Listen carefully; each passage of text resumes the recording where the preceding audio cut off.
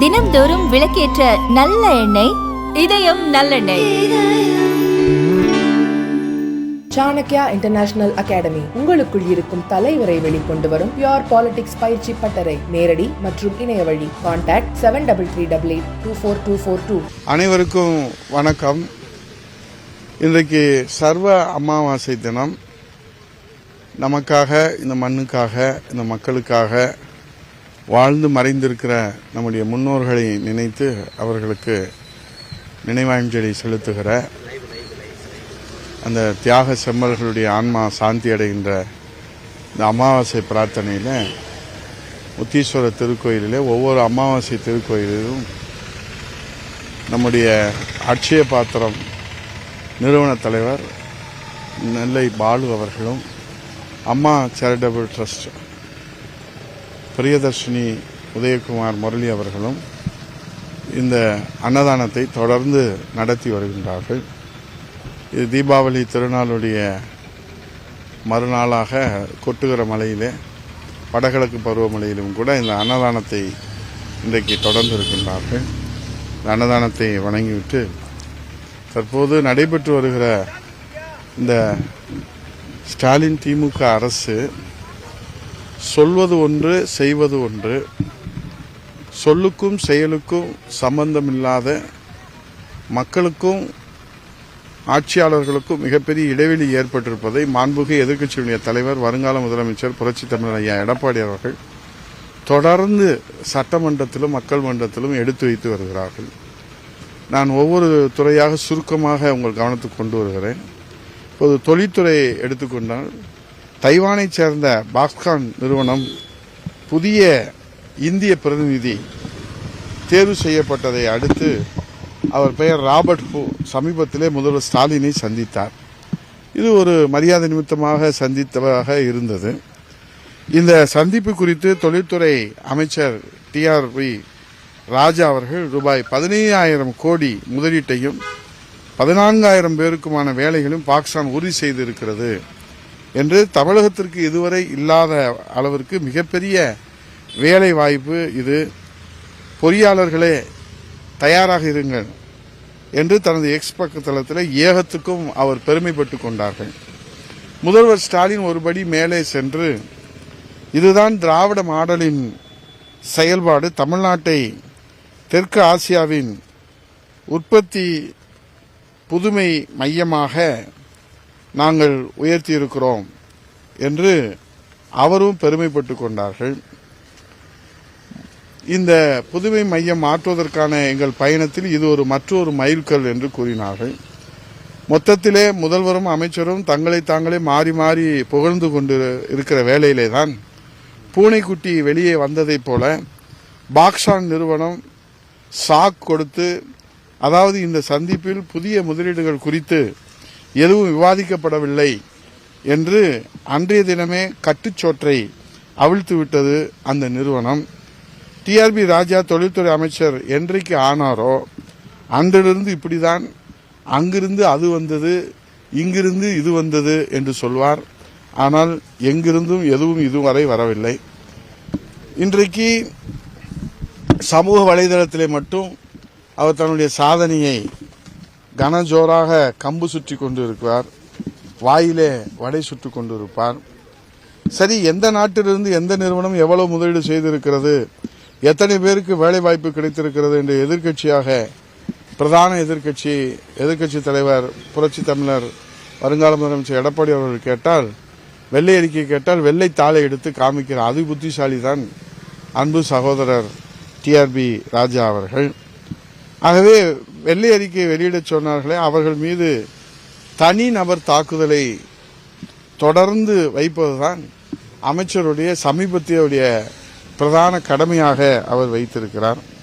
ஒன்றை நீங்கள் தெரிந்து கொள்ள வேண்டும், கெட்டிக்காரன் புழுகு 8 நாளைக்கு, ஆனால் திமுக அரசின் புழுகு அரை நாளிலே பாக்ஸ்கான் நிறுவனம் இங்கே புட்டு அம்பலப்படுத்தி இருக்கிறது.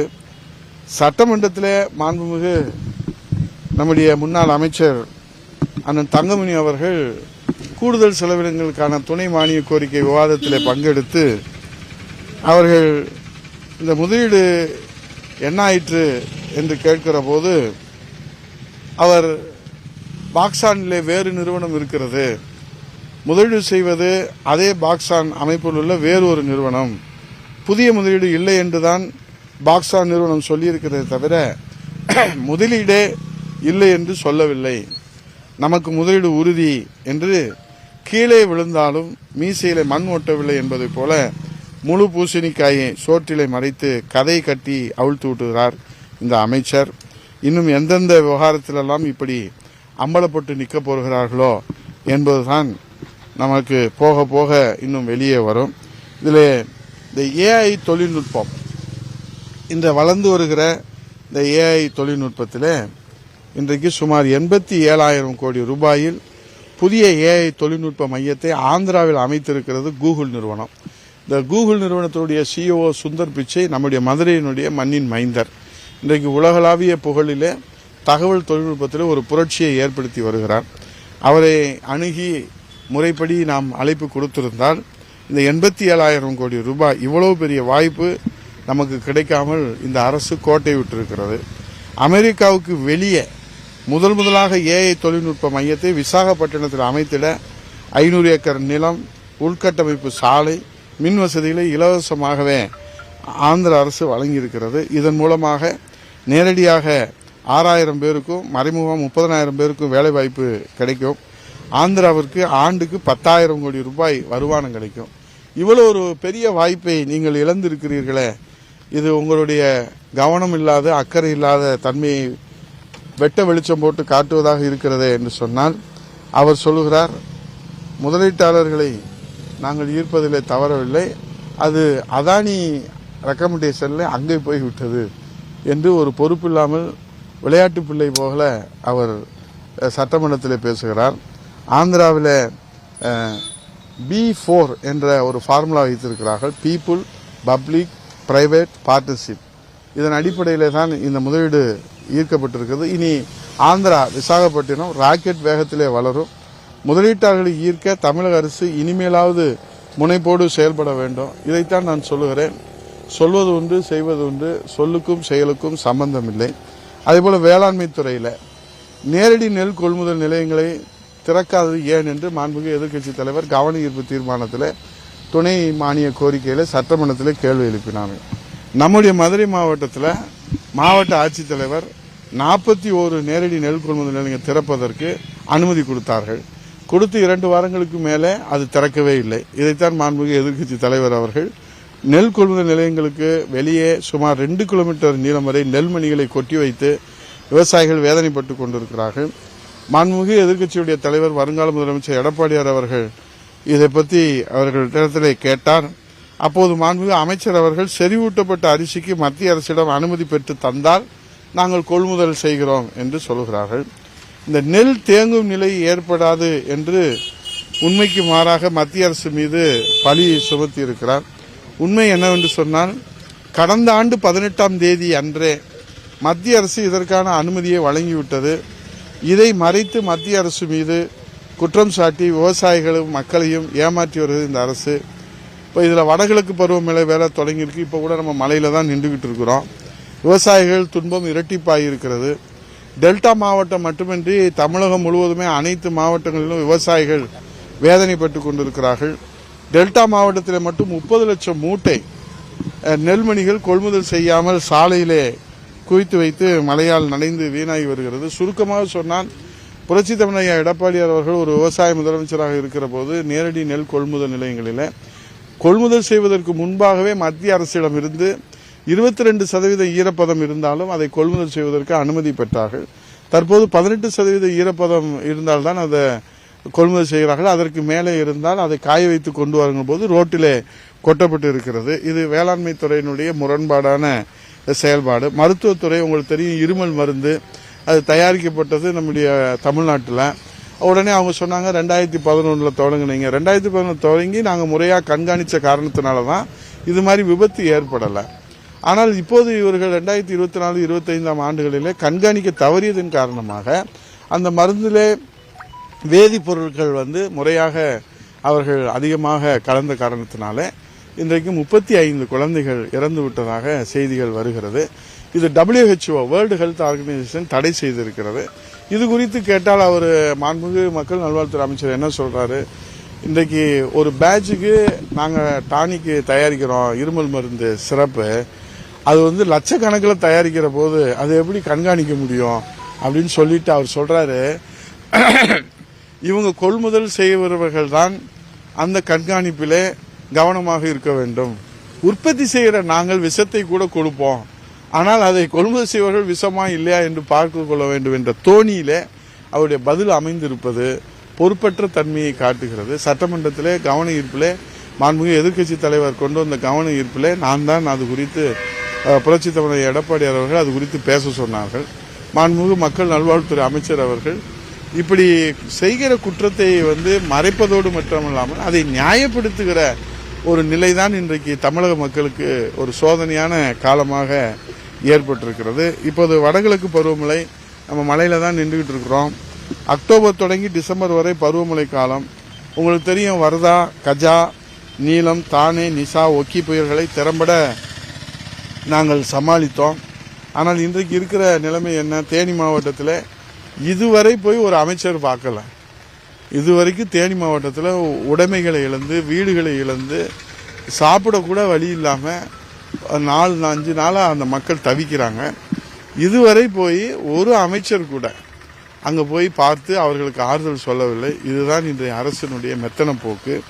2022-23 நிதியாண்டில் பட்ஜெட்டில் அப்போதைய நிதியமைச்சர் நம்முடைய மதுரை மண்ணின் மைந்தன் PTR பழனிவேல் தியாகராஜன் அவர்கள் வானிலை கணிப்பை மேம்படுத்துவதற்காக ரூபாய் 10 கோடி ஒதுக்கீடு செய்யப்படும் என அறிவித்தார்கள். வானிலை பலூன், 2 வானிலை ரேடார்கள், 100 தானியங்கி வானிலை மையங்கள், 400 தானியங்கி மலைமானிகள், 11 தானியங்கி நீர்மட்ட கருவிகள், அதிவேக கணினிகள் போன்ற நவீன உபகரணங்கள் அடங்கும் என கூறினார்கள். 2022-23 இப்போ நம்ம 25-26 இருக்கோம். இதுவரைக்கும் ஏதாவது இந்த நடவடிக்கை எடுத்திருக்கிறாங்களா? ஒதுக்கப்பட்டது பட்ஜெட்டில் அறிவிக்கப்பட்டது. இது வரைக்கும் அது அதான் சொல்வது ஒன்று, செய்வது ஒன்று. இப்போ இவ்வளோ பெரிய சேதாரம் முதல் நாளே, வடகிழக்கு பருவமழை தொடர்ந்த முதல் நாளே பணி செய்த 5 பெண்கள் உயிரிழந்திருக்காங்க. இடி மின்னல் தாக்கி அவங்களுக்கு முன்னெச்சரிக்கை கொடுத்துருந்தோம்னா அவங்க உயிர் காப்பாற்றிருக்கலாம்ல. திருவண்ணாமலையில் 2 பேர் இறந்திருக்காங்க. அன்றைய சட்டமன்ற அங்கே இருக்கக்கூடிய அந்த மாவட்டத்தினுடைய சட்டமன்ற உறுப்பினர் அருள்மொழி தேவனும் முன்னாள் அமைச்சர் திருவண்ணாமலை மாவட்ட அக்ரி கிருஷ்ணமூர்த்தி இது குறித்து கவனத்தில் கொண்டு வர்றாங்க. ஆகவே இன்றைக்கு 2023 ஆண்டு வீசிய மிக்ஜாம் புயலால் சென்னை, திருவள்ளூர், செங்கல்பட்டு, காஞ்சிபுரம் ஆகிய மாவட்டங்களில் வெள்ளம் சூழ்ந்து பெரும் பாதிப்பை ஏற்படுத்தியது. பேரிடர் எச்சரிக்கை அமைப்பு திட்டத்தை மொத்தமாக கிடப்பிலே போட்டுவிட்டால் 22ஆம் தேதி நாளையிலிருந்து மிக தீவிரமான மழை இருக்கக்கூடிய வாய்ப்புகள் இருக்கிறது. ஆகவே 3 மணி நேர இடைவெளியிலே வானிலை எப்படி இருக்கும் என்பதை கணித்து சொல்லுகிற வகையிலே நமக்கு வானிலை ஆய்வு மையம் தயாராக இருக்கிறது. ஆனால் அரசு இயந்திரம் இன்றைக்கு ஆழ்ந்த உறக்கத்திலே இருக்கிற காரணத்தினாலே மக்கள் கவலையிலும் அச்சத்திலும் இருக்கின்றார்கள். அதே போல மதுரை மாநகராட்சியுடைய மேயர் ராஜனம்மா சட்டமன்றத்தில் இது குறித்து துணை மானிய கோரிக்கையில் கூடுதல் செலவினங்களுக்கான விவாதத்தில் மாண்புமிகு புரட்சி தமிழர் வருங்கால முதலமைச்சர் எடப்பாடியார் அவருடைய வழிகாட்டுதலோடு அங்கே கேள்வி எழுப்பப்பட்டது. மதுரைக்கு என்ன செய்தோம் என்று கேட்டார்கள். மத்திய அரசிலிருந்து என்ன செய்தோம் என்று நிதி அமைச்சர் கேட்டார். மதுரைக்கு என்ன செய்தோம் என்று பொதுப்பணித்துறை அமைச்சர் அவர்கள் கேட்டார்கள். மாண்புமிகு பொதுப்பணித்துறை அமைச்சர் சொன்னார்கள், 10 ஆண்டுகளுக்கு விடிவு கிடைப்பதற்கு நாங்கள் முயற்சி செய்திருக்கிறோம் என்று சொன்னார்கள். ஆம், அவர் சொன்னது உண்மைதான். இதுவரை மதுரை மாநகராட்சியுடைய வரலாற்றிலே, மதுரை வரலாற்றிலே ஆளுகிற கட்சியிலே வரி முறைகேட்டிலே, ஊழலிலே 5 மண்டல தலைவர்கள், 2 நிலைக்குழு தலைவர்கள், மேயர் கணவர் கைது, ஏறத்தாழ 23 பேர்கள் கைது, 16க்கு மேற்பட்டவர்கள் சஸ்பெண்ட் செய்யப்பட்ட ஒரு நிலை, ஒரு அவமானம், ஒரு தலைகுனிவு இதுவரை ஆளுகிற கட்சிக்கு இதுவரை ஏற்பட்டதில்லை. இப்போதுதான் ஏற்பட்டிருக்கிறது. அந்த லட்சணத்திலே இவர்கள் மதுரைக்கு விடிவு காலம் கொடுக்கிறோம் என்று மாண்புமிகு பொதுப்பணித்துறை அமைச்சர் அவர்கள் சொல்கிறார்கள். மாண்புமிகு நிதித்துறை அமைச்சர் அவர்கள் மதுரைக்கு மெட்ரோ ரயில் வரவில்லையே, செல்லூர் ராஜு அவர்கள் பொறுத்துக் கொள்வாரா, உதயகுமார் அவர்கள் மனம் உடைந்து போக மாட்டாரா, செல்லப்பா சொல்ல மாட்டாரா என்று கேட்டார்கள். அவருக்கு சட்டசபையிலே நாங்கள் பதில் சொன்னோம். எய்ம்ஸ் மருத்துவமனையை மதுரைக்கு கொண்டு வந்தது எடப்பாடியார் அவர்கள். 1000 கோடி ரூபாய் பறக்கும் பாலம் கொண்டு வந்தது எடப்பாடியார் அவர்கள். திருமங்கலத்தில் இருந்து கொல்லம் வரைக்கும் 4 வழிச்சாலை ஏறத்தாழ 2800 கோடி ரூபாய் கொண்டு வந்தது எடப்பாடியார் அவர்கள். 11 மருத்துவக் கல்லூரியை கொண்டு வந்தது எடப்பாடியார் அவர்கள். மல்டி ஸ்பெஷாலிட்டி மருத்துவமனையை பிரதமரை வைத்து இதே இங்கே ராஜாஜி மருத்துவமனையில் திறந்து வைத்தது புரட்சித் தமிழர் ஐயா எடப்பாடியார் அவர்கள். இப்படி கட்டமைப்புகளை உருவாக்குவதற்கும் அதே போல மெட்ரோ ரயில் திட்டத்திற்கு முறையாக அவர்கள் செய்திருந்தால் அது குறித்து நிச்சயமாக நிதியை பெற்றிருக்க முடியும்.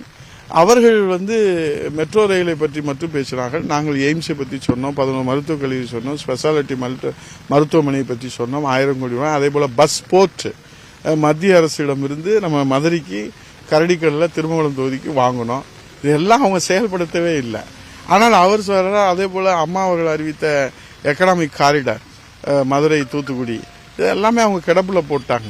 ஆனால் அவர் மதுரைக்கு என்ன செய்தோம் அப்படின்னு சொல்லி பூனை கண்ணை மூடிக்கொண்டு கேட்பதை போல கேட்கிறார். மதுரைக்கு மிகப்பெரிய தலைகுனிவு இந்த மாநகராட்சியினுடைய ஊழல்.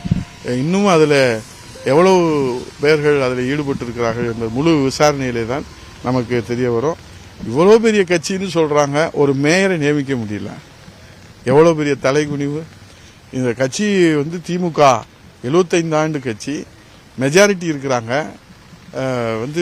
ஆளுகிற கட்சியாக இருக்காங்க, 39 நாடாளுமன்ற உறுப்பினர் இருக்காங்க. ஆனால் 4 மாமன்ற உறுப்பினர் இருக்கிற கம்யூனிஸ்ட் வசம் இந்த மதுரையினுடைய மாநகராட்சி சென்றிருக்கிறது என்று சொன்னால் அவர்களுடைய நிர்வாகம், மதுரையிலே கட்சியினுடைய நிர்வாகம் எப்படி இருக்கிறது என்பதை நீங்களே உங்களுக்கே நான் ஊடக நண்பர்களுக்கே நான் விட்டு விடுகிறேன். ஆகவே இதுதான் உண்மையான திமுகவுடைய நிலைமை. ஆகவே ஒரு மேயரை தேர்ந்தெடுக்க முடியவில்லை. மெஜாரிட்டி இருக்கு, யார்கிட்டையும் போய் நிற்க வேண்டிய அவசியம் இல்லை. அது ராஜினாமா செய்கிற அன்றைக்கே இவர்கள் ஒரு புதிய மேயரை, ஏன்னா இந்த வடகிழக்கு பருவமழை காலத்தில் மேயருடைய பணி மிக முக்கியமானது. ஏன்னா இந்த ரோடெல்லாம் போச்சு, இப்பயே பாருங்க தண்ணி எப்படி தேங்கி கிடக்குன்னு. ஆகவே முதல்ல இந்த வடகிழக்கு பருவமழையில் என்ன செய்யணும் அப்படின்னு சொன்னால், இந்த பாதிக்கப்படக்கூடிய இடங்களை கண்டறியணும். லோ லைன் ஏரியா நாங்கள் இருக்கும்போது 4133 பாதிக்கப்படக்கூடிய இடங்களை, மிக அதிக பாதிப்புக்குள்ளாக பகுதிகள், அதிக பாதிப்புக்குள்ளாக பகுதிகள், மிகவும் பாதிப்புக்குள்ளாக பகுதிகள், குறைவான பாதிப்புக்குள்ளாக பகுதிகள் என்று 4133 இடங்களை கண்டறிந்தோம். அதே போல இன்றைக்கு 121 பல்நோக்கு மையங்கள், மல்டி ஷெல்டர், அதே போல 4713 தங்கு மையங்கள், நிவாரண முகாம்கள், அதே போல 662 பல்நோக்கு மண்டல குழுக்கள் அமைத்தோம். அதே போல முதல்நிலை மீட்பாளர்கள், ஃபர்ஸ்ட் ரெஸ்பாண்டர் 41,000 பேர், இது மாதிரிலாம் சிஸ்டமேட்டிக்காக பண்ணோம். அதே போல மண்டலத்துக்கு ஒரு அலுவலர்களை நியமித்தோம். ஆனால் இப்போ என்ன நடவடிக்கை, இங்கே தேனி மாவட்டம் உடைமைகளை இழந்து அங்கே மிகப்பெரிய அளவில் சேதாரம் ஏற்பட்டிருக்கிறது. ஆனால் எந்த விதமான நடவடிக்கையும் இதுவரைக்கும் அவர்கள் எடுக்கவில்லை என்று அந்த பகுதி மக்கள் கண்ணீர் வடித்துக் கொண்டிருக்கிறது. இந்த அரசில் இதுதான் நிலைமையாக இருக்கிறது. நாளையிலிருந்து 22 தேதியிலிருந்து தீவிரமடையும். மாண்பு முதலமைச்சர் அவர்கள் கூட அவசர கட்டுப்பாட்டு மையத்துக்கு நேரிலே சென்று உறுதி அளித்திருக்கிறார்கள். எல்லாம் நல்லா தான் போயிட்டு இருக்குன்னு சொல்றாரு. அதனால தான் இன்னும் பயம், அச்சமா இருக்குது. அதனால மக்கள் தான் தங்களை தாங்களே காப்பாற்றிக் கொள்ள வேண்டும்.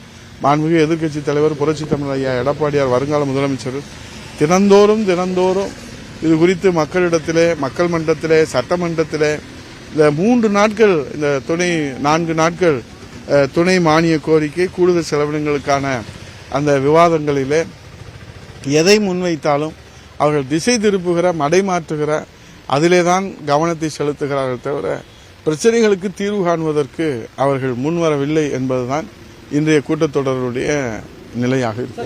இல்ல, வடகிழக்கு பருவமழை பெய்ய துவங்கிடுச்சு, தீவிரமடைஞ்சிட்டு இருக்குது. அதுக்கான முன்னெச்சரிக்கை நடவடிக்கைகள் இந்த அரசு கரெக்டா எடுத்திருக்குதா? இப்ப நீங்க பேரிடர் அமைச்சராக இருக்கும்போது கூட, பேரிடர் அமைச்சராக இருக்கும்போது 24 மணி நேரம் அதுல இருந்து அந்த ஒவ்வொரு மாவட்டத்திலையும் மாவட்ட ஆட்சியர்கிட்டையும் பேசிட்டு இருந்தீங்க. அந்த மாதிரியான முன்னெச்சரிக்கை நடவடிக்கை இந்த அரசு எடுத்திருக்குதா? அதான் நான் சொல்றேன்.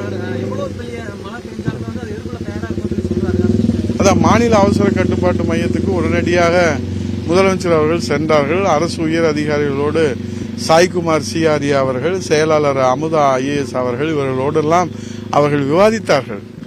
அதில் செய்தி ஊடகங்களே வந்தது. நாங்கள் என்ன கேட்குறோம்னா, தமிழ்நாட்டில் எத்தனை இடம் பாதிக்கப்படும்? லோ லைன் ஏரியா ஏற்கனவே இருக்கிற அனுபவத்தின் அடிப்படையில் நாங்கள் இருக்கிற போது 4133 புரட்சி தமிழர் எடப்பாடி முதலமைச்சராக இருக்கிற போது கண்டறிந்து அதில் மண்டல குழுக்கள் அமைத்து தயார் நிலையில் இருப்பாங்க. எந்த இடம் பாதிக்கப்படும் ஐடென்டிஃபிகேஷனே நீங்கள் பண்ணாமல் 3 மாசமா நீங்கள் என்ன பணிகளை மேற்கொள்றீங்க? இப்போ மழையை நீங்கள் தடுத்து நிறுத்த முடியுமா? வெள்ளத்தை தடுத்து நிறுத்த முடியுமா? புயலை தடுத்து நிறுத்த முடியுமா? முடியாது. It's natural. ஆனால் அதை நீங்கள் பாதுகாப்பாக எதிர்கொள்ள முடியும். முன்னெச்சரிக்கை நடவடிக்கைகளை எடுத்தால் பாதுகாப்பு. என்ன முன்னெச்சரிக்கை நடவடிக்கை? முதல்ல தாழ்வான பகுதி பாதிக்கப்படுகிற பகுதி, வல்னரபிள் லொகேஷன். இது எத்தனை நீங்க கண்டறிஞ்சிருக்கிறீங்க சொல்லுங்க. நீங்க எல்லாமே நல்லா தான் போயிட்டு இருக்கிறீங்க. தேனி மாவட்டத்தில் அங்க இருக்கிற மக்கள்லாம் கண்ணீர் வடிக்கிறாங்க. அப்ப முன்னுக்கு பின் முரணாக முதலமைச்சருக்கு தரவான தகவலை கொடுக்கிறார்களா, அல்லது தகவலை தெரிந்து கொண்டு முதலமைச்சர் முரணாக பேசுகிறாரா? எல்லாம் நல்லபடியா போயிட்டு இருக்குன்னு சொல்றதுதான் மக்களுக்கு கூடுதல் அச்சமாக இருக்கிறது. ஏன்னா மறைக்கிறதுக்கான நேரம் இல்லை இது. அவர்களுடைய காயங்களுக்கு மருந்து போடுவதற்கான நேரம். அதுதான் பேரிடரை எதிர்கொள்ள முடியும். நேற்றுலாம் பார்த்தீங்கன்னா தீபாவளி, ஆனால் பல்வேறு பகுதியில் மதுரையில் கரண்ட் எல்லாம் கட் பண்ணிருக்காங்க. நிறைய பேர் புலம்புறாங்க. இந்த அரசு செயல்படாத அரசு, இந்த அரசு உறங்கி கொண்டிருக்கிறது என்பதற்கு மற்றும் ஒரு சாட்சியாக இருக்கிறது. மக்களுடைய அபயக்குரல், கூக்குரல், மக்கள் இன்றைக்கு இந்த அரசு செவிசாய்க்குமா என்று தொடர்ந்து அவர்கள் அபயக்குரல் எழுப்பி வருகிறார்கள். ஆனால் இன்னும் ஆழ்ந்த நித்திரையிலே உறக்கத்திலே இருந்து இந்த அரசு எழுந்திருக்கவில்லை என்பதற்கு தான் நேற்றைய நிகழ்வு சாட்சியாக இருக்கிறது. இந்த மேயர் தேர்ந்தெடுக்கிறதுக்கு என்ன காரணம்? அதான் அதிகாரத்தில் போட்டி. நீங்க நேற்று பத்திரிகைகளில் கூட பேரம் பேசப்படுவதாக ஒரு செய்திகள் விவாதிக்கப்படுகிறது. அதெல்லாம் உண்மை நிலை என்னன்னு நமக்கு தெரியல. பத்திரிகையில போடுறாங்க. நாங்க என்ன கேட்கிறோம்னா, 75 ஆண்டுக்கு திராவிட முன்னேற்ற கழகம் ஆளுகிற கட்சி, டெல்லியில 39 நாடாளுமன்றம் வச்சிருக்கிறவங்க, உள்ளாட்சியில ஒரு மேயரை மெஜாரிட்டி இருந்தும் ஏன் தேர்ந்தெடுக்க முடியல? ஏன்னா இது வடகிழக்கு பருவமழை காலம். மேயருடைய பணி மிக அத்தியாவசியமான பணி. கமிஷனருக்கு உரிய அறிவுரை வழங்கணும், உரிய வழிகாட்டுதலை கொடுக்கணும், மக்கள் பிரச்சனைகளை கவனத்துக்கு கொண்டு போகணும். அப்ப மேயரே இல்லைன்னு சொன்னா அப்ப அந்த மாநகராட்சி முடங்கி போய் விடாதா? இந்த மதுரை வெள்ளத்துல மூழ்கிறாதா? அப்படி ஒரு நிலையை வந்தால் இந்த மதுரை மக்களை யார் காப்பாற்றுவது? ஆட்சியாளர்கள் ஆட்சி அதிகாரத்தை கையில வைத்துக் கொண்டு உள்ளாட்சியிலே, சட்டமன்றத்திலே, நாடாளுமன்றத்திலே ஆட்சி அதிகாரத்தை கையில வைத்துக் கொண்டு உறங்கி கொண்டிருந்தால் இந்த மக்களுக்கு பாதுகாப்பது யார் என்பதுதான் இப்போது எங்களுடைய பிரதான கேள்வி. இப்ப வேணா வடகிழக்கு பருவமழையில ரோட் ஷோ போனா ரோடுனுடைய நிலைமை என்ன நிலைமையில் இருக்குதுன்னு மக்களுக்கும் தெரியும், அவருக்கும் முதல்ல தெரியும். முன் வருவாரா ஸ்டாலின்? உங்கள் வாயிலாகவே நான் வேண்டுகோள் வைக்க கடமைப்பட்டிருக்கிறேன். கரூர் சம்பவத்தில் உச்சநீதிமன்றம் சிபிஐ கொடுத்திருப்பது தங்களுக்கு மிகப்பெரிய வெற்றியாக தான் அந்த விஜய் தரப்பு பார்க்குறாங்க. அந்த விசாரணை எப்படி போகுதுன்னு பார்க்குறீங்க? அது அவ்வளவு சாதகமாக இருக்குமா? இல்லை, உச்சநீதிமன்றம் பல்வேறு தரப்பட்ட அந்த கோரிக்கைகளை ஆய்வு செய்து ஒரு தீர்ப்பு வழங்கியிருக்கிறார்கள். விசாரணையும் தற்போது சிபிஐ அதிகாரிகள் துவங்கி இருக்கிறார்கள். அதை எந்த அளவில் அந்த விசாரணை செல்லும் என்பதை நாம் பொறுத்திருந்து தான் பார்க்க முடியும்.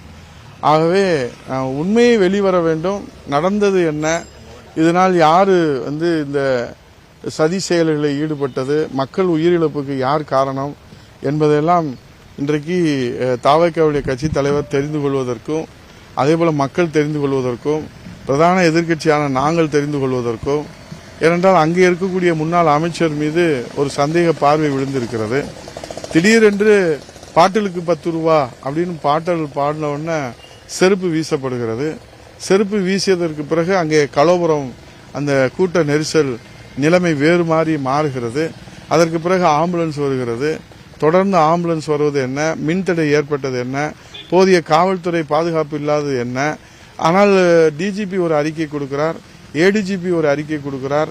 மாண்புமிகு முதலமைச்சர் சட்டமன்றத்திலே நாங்கள் 600 காவலர்கள் கொடுத்தோம் என்று சொல்லுகிறார். 3 பேருடைய அறிக்கையும் பாதுகாப்பு குறித்து வெளியிடுகிற அறிக்கையும் முரண்பாடாக இருக்கிறது. அது மிகப்பெரிய சந்தேகத்தை ஏற்படுத்துகிறது. இது சிபிஐ விசாரணையிலே உண்மை மக்களுக்கு வெளிவரும் என்கிற நம்பிக்கையோடு எல்லோரும் போல நாங்களும் காத்திருக்கின்றோம். ஆகவே நிச்சயமாக உண்மை உலகத்திற்கும் மக்களுக்கும் தெரிய வேண்டும். இந்த உயிரிழந்தவர்களுக்கு நாம் இன்றைக்கு அந்த ஆன்மா சாந்தி அடைய வேண்டும் என்று சொன்னால் இதில் இந்த ஏதேனும் சதி நடந்திருக்கிறதா, குற்ற செயல் நடந்திருக்கிறதா என்பதையெல்லாம் மக்களுக்கு தெளிவுபடுத்த வேண்டிய பொறுப்பும் கடமையும் இந்த நீதிமன்றமும் இன்றைக்கு விசாரணை கூடிய அதிகாரிகளும் முன்மூச்சாக நிறைவேற்றுவார்கள். ஆனா சாராயம் குடிச்சு இறந்தா 10 லட்சம் ரூபாய் தரக்கூடிய இந்த அரசு மின்னல் தாக்கி விவசாயி இறந்தா 2 லட்சம் ரூபாய் தான் அறிவிக்கிறாங்க. இல்லை, பேரிடர் நிவாரண நிதியிலிருந்து அது 4 லட்சம் ரூபாய் உயிரிழப்புக்கு. இப்போ கள்ளக்குறிச்சியில் கள்ளச்சாராயம் குடிச்சு செத்தவங்களுக்கு அவங்க குடும்பத்தை பாதுகாக்கிறதுக்காக அவங்க கள்ளச்சாராயம் குடித்தாலும் பரவாயில்ல அப்படின்னு 10 லட்சம் கொடுக்குறாங்க. இந்த திடீர்னு மின்னல் தாக்கி அதுவும் அவங்க வயல்வெளியில் வேலை செஞ்சுக்கிட்டு இருந்தாங்க. மாண்புமிகு எதிர்க்கட்சி தலைவர் புரட்சித் தமிழர் ஐயா எடப்பாடியார் அவர்கள் சட்டமன்ற உறுப்பினர் அருள்மொழித்தேவனும் முன்னாள் அமைச்சர் அக்ரி கிருஷ்ணமூர்த்தி அவர்களும் கவனத்திலே கொண்டு வந்து அதை மாண்புமிகு பேரவையினுடைய கவனத்துக்கு பேரவைத் தலைவருடைய அனுமதியோடு வடகிழக்கு பருவமழை தொடங்கிவிட்டது. தீவிரமடை 22ஆம் தேதி தீவிரமடைந்தது. தொடக்க நாளிலே 5 பெண்கள் கடலூர் மாவட்டத்திலும் 2 பெண்கள் திருவண்ணாமலையிலும் உயிரிழப்பு ஏற்பட்டிருக்கிறது. அவர்களுடைய குடும்பத்திற்கு ஆதரவாக இந்த அரசு துணை நிற்க வேண்டும், அவர்களை கண்ணீரை துடைக்க வேண்டும். ஆகவே கூடுதல் நிவாரணம் வழங்க வேண்டும். 10 லட்சம் புரட்சித் தமிழர் ஐயா எடப்பாடி அவர்கள் ஒக்கி புயலின் போது மீனவர்களுக்கு அன்றைக்கு 20 லட்சம் ரூபாய் அன்றைக்கு கொடுக்கப்பட்டது. அந்த அளவில் நான் பாதுகாவலராக இருந்தார்கள். கஜா புயலின் போது ஒரு மீனவர் கூட உயிரிழப்பு இல்லாமல் காப்பாற்றப்பட்டார்கள். ஆகவே ஏனென்றால் பேரிடர்களை நம்ம விதிகளை தாண்டி கொடுக்க முடியாது 4 லட்சம் ரூபாய் உயிரிழப்புக்கு. ஆனால் முதலமைச்சர் நிவாரண நிதியிலிருந்து 1 கோடி கூட கொடுக்க முடியும். ஆகவே இது போன்ற பேரிடர் காலங்களிலே உயிரை இழக்கக்கூடியவர்கள் யாரும் இருக்கக்கூடாது. இயற்கை பேரிடரில் மனித தவறுகள் இல்லாது ஏதேனும் உயிரிழப்புகள் ஏற்பட்டால் அவர்களுடைய உயிர்களுடைய பாதுகாப்பிற்கு இந்த அரசு முன் வரலாம். அதுக்கு வாய்ப்பு இருக்குது. முதலமைச்சர் நிவாரண நிதியிலிருந்து கூடுதலாக கொடுக்கலாம். கள்ளக்குறிச்சிக்கு மனம் உகந்து கருணை செய்த முதலமைச்சர் இந்த பேரிடர் நிவாரண நிதி இறந்தவருடைய உயிர் குடும்பங்களையும் காப்பாற்றுவதற்கு முன் வருவாரா என்பதை உங்கள் வாயிலாக கேட்டுக்கொள்கிறேன். டிடிவி இப்ப முதல்வர் அவர்களை புகழ்ந்து பேசிட்டு இருக்காரு. நான் ஏற்கனவே சொல்லிட்டேன், மைதானத்தில் ஓட்டப்பந்தயத்தில் ஓடுறவங்களை பற்றி விவாதித்து பேசணும்.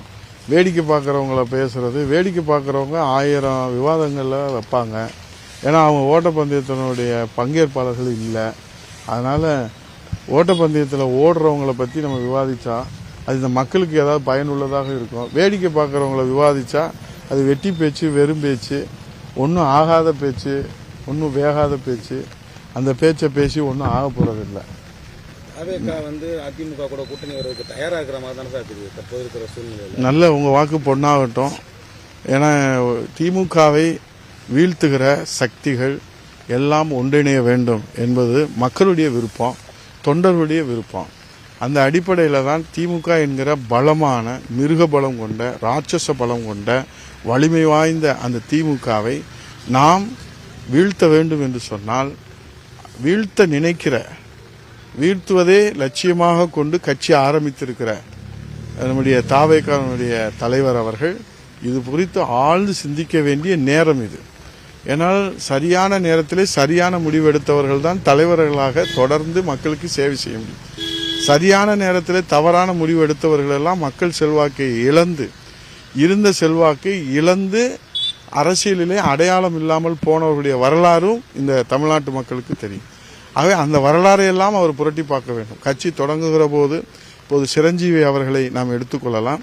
அவர் தொடங்குகிற போது சரியான நேரத்தில் சரியான முடிவை எடுக்காத காரணத்தால் தான் கட்சியை கலைத்து விட்டு போய்விட்டார்கள். பவன் கல்யாண் அவர்கள் இன்றைக்கு துணை முதல்வராக வந்திருக்கிறார் ஆந்திர மாநிலத்தில் என்றால் அவர் சரியான நேரத்தில் சரியான முடிவை எடுத்திருக்கிறார். இங்கே நாம் சொல்லலாம், ஐக்கிய நாட்டு சபையிலே கர்ஜனை செய்த என் மதிப்புக்கு மரியாதைக்குரிய அண்ணன் வைகோ அவர்கள் கலைஞர் அவர்களை விட்டு வெளியே வருகிற போது, பழியை சுமத்துகிற போது அவர் பின்னாலே ஒட்டுமொத்த இளைஞர்கள் திரண்டார். இதே தியாகராஜர் கல்லூரியிலே நாங்கள் மாணவர்களாக இருக்கிற போது பார்த்தோம். ஒட்டுமொத்த இளைய சமுதாயமும் அவர் பின்னால் அணிவகுத்து சென்றார்கள். அது வர வர வர வர பார்த்தீங்கன்னா கரைந்து கரைந்து கரைந்து கரைந்து கடைசியில் கரையே தெரியாமல் போய்விட்டது என்ற அளவில் அந்த சரியான நேரத்தில் தவறான முடிவை எடுத்த காரணத்தினால்தான் அவர் இன்றைக்கு கட்சி, அவருடைய அரசியல் எதிர்காலம் கேள்விக்குறியாயிருக்கிறது.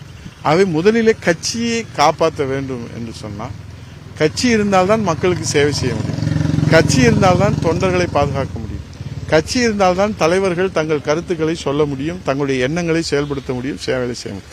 ஆகவே முதலிலே இந்த ராட்சச பலம் கொண்டிருக்கிற திமுகவிலிருந்து தாவேக்கானுடைய பெருமைமிகு சிறப்புமிகு தலைவர் விஜய் அவர்கள் கட்சியை காப்பாற்றுகிற நல்ல முடிவை, தொண்டர்களை காப்பாற்றுகிற நல்ல முடிவை, அதன் மூலமாக மக்களுக்கு தொடர்ந்து தன் ஆயுள் முழுவதும் சேவை செய்கிற நல்ல வாய்ப்பை நழுவ மாட்டார்.